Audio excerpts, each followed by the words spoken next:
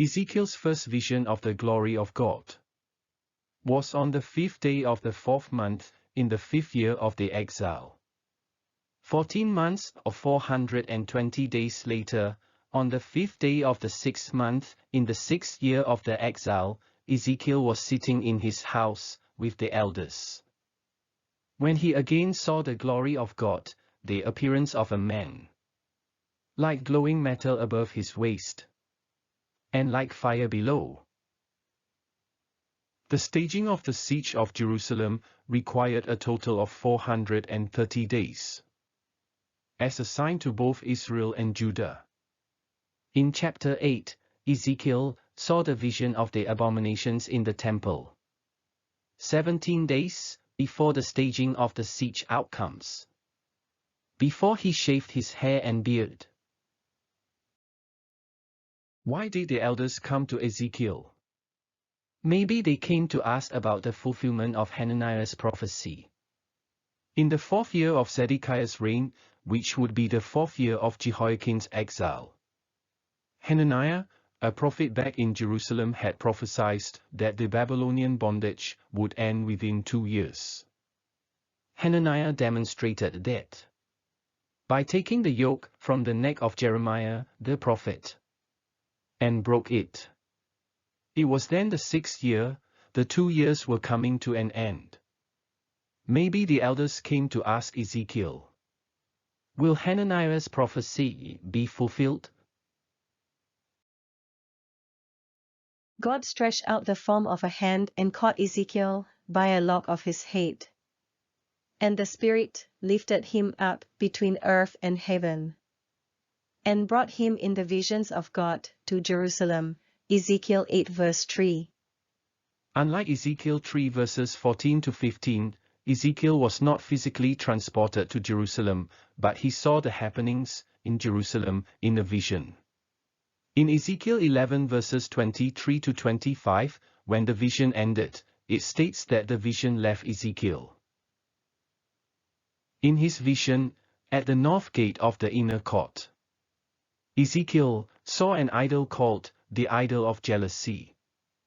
So called because the idol provoked the Lord to jealousy. Isaiah 42 verse 8, I am the Lord. That is my name. I will not give my glory to another, nor my praise to graven images. And he said to me, Son of man, do you see what they are doing? The great abominations which the house of Israel are committing here, so that I would be far from my sanctuary. The conjunction, so that, gives us the reason for God's departure from the temple. God is light, and in him there is no darkness at all. The people's abominations in the temple were the reason God is leaving the temple. But yet you will see still greater abominations. The Lord then brought him to the entrance of the court, where there was a hole in the wall leading to a secret chamber. When Ezekiel entered the room, he saw 70 elders worshipping idols and creeping things carved onto the wall.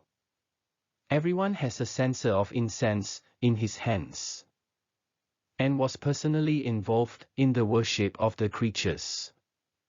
They thought that God had abandoned them and their land. Therefore, they were turning to other gods for help. They failed to recognize that their disobedience is the cause of God's departure. Why was this abomination greater than the one before? Here we have elders, the leaders of the people, personally involved in idolatry.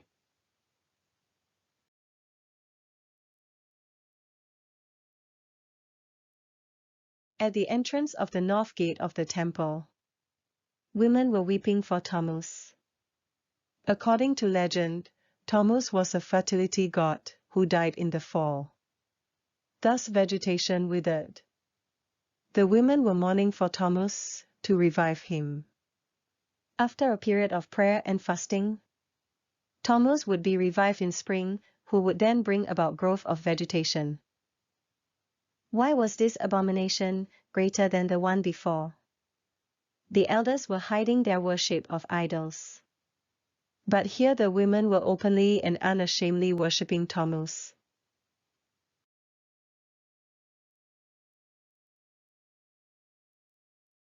"25 men were gathered at the entrance of the temple, between the porch and the brazen altar, with their backs towards the temple, and their faces toward the east. They were worshipping the sun. Why was this abomination greater than the one before? In patriarchal Israel, men were heads of families. They were supposed to be leaders and models. But here they were setting a bad example. Worshipping the sun, a creation of God. The 4 disgusting abominations that Ezekiel saw in the courtyard and the temple. The probable locations of these abominations, as shown on the layout of the temple.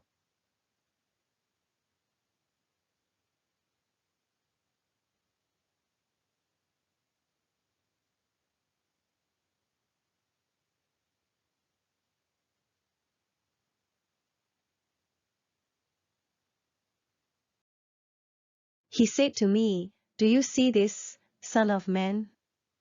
Is it too light a thing for the house of Judah to commit the abominations which they have committed here, that they have filled the land with violence, and provoked me repeatedly? For behold, they are putting the twig to their nose." Other translations have thumping their noses at God. Putting a twig to God's nose. The people were provoking God, mocking him by their abominations. Is this trivial? Is this nothing? Do they know who they were offending? How serious is sin? How is sin offensive to God? And how does God feel toward sins in his people? We shall discover in subsequent videos.